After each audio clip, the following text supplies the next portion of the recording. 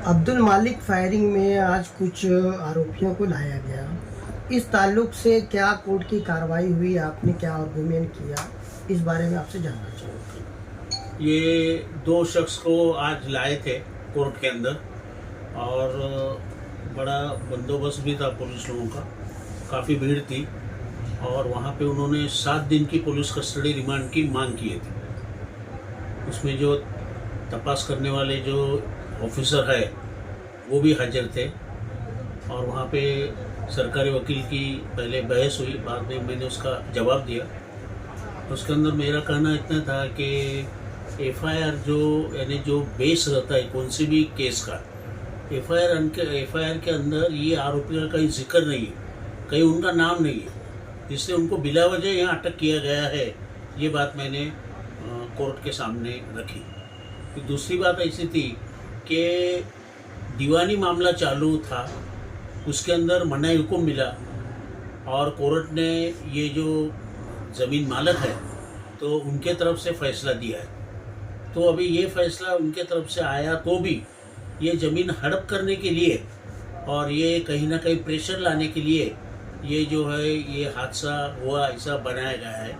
और उसके अंदर ये दोनों आरोपी का कोई भी संबंध न रहते हुए उनको इसके अंदर अटक करने में आएगी और अटक जो करके जो रिमांड मांगे उसके अंदर जो ग्राउंड्स थे तो ग्राउंड्स उन्होंने बहुत अजीब मांगे थे। उसमें ग्राउंड क्या था कि वो आदमी जो शख्स है तो उसको एडमिट किए अपोलो हॉस्पिटल में। अभी वो एडमिट किए तो उसका आरोपी का उसके और तलाश करने में उसका कोई संबंध आता ही नहीं है।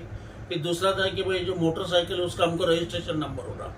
अरे भाई रजिस्ट्रेशन नंबर होना तो आरटीओ के पास जाओ तुम और वहाँ से रजिस्ट्रेशन नंबर लो। आरोपी का उसके अंदर कोई दखल आती नहीं है। और उन्होंने जो सीसीटीवी फुटेज जो था वो कोर्ट के सामने रखे ही नहीं। अभी सीसीटीवी फुटेज के अंदर हमको जो मालूमात मिली तो उसका ये आरोपी का कोई संबंध ही नहीं है, वो बताए भी नहीं गए। और अगर वो रहते तो फिर उनका नाम क्यों नहीं आया एफआईआर के अंदर, पहली खबर में नाम आने को होना था।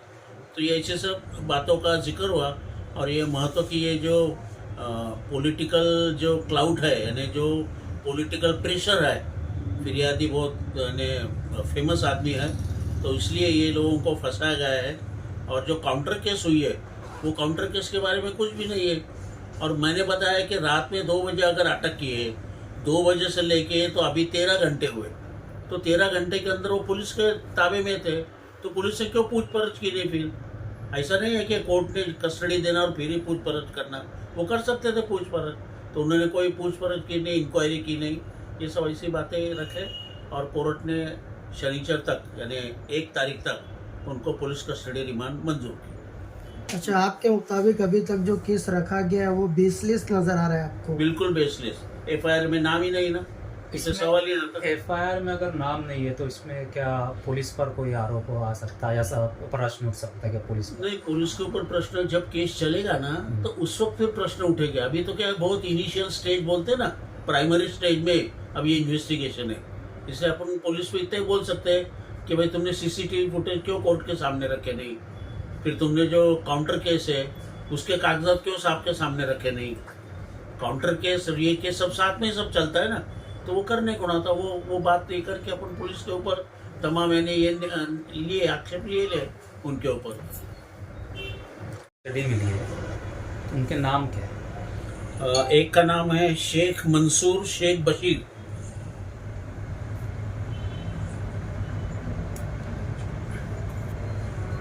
और जो दूसरा है दूसरे का नाम है खलील अहमद अब्दुल रज़ाक।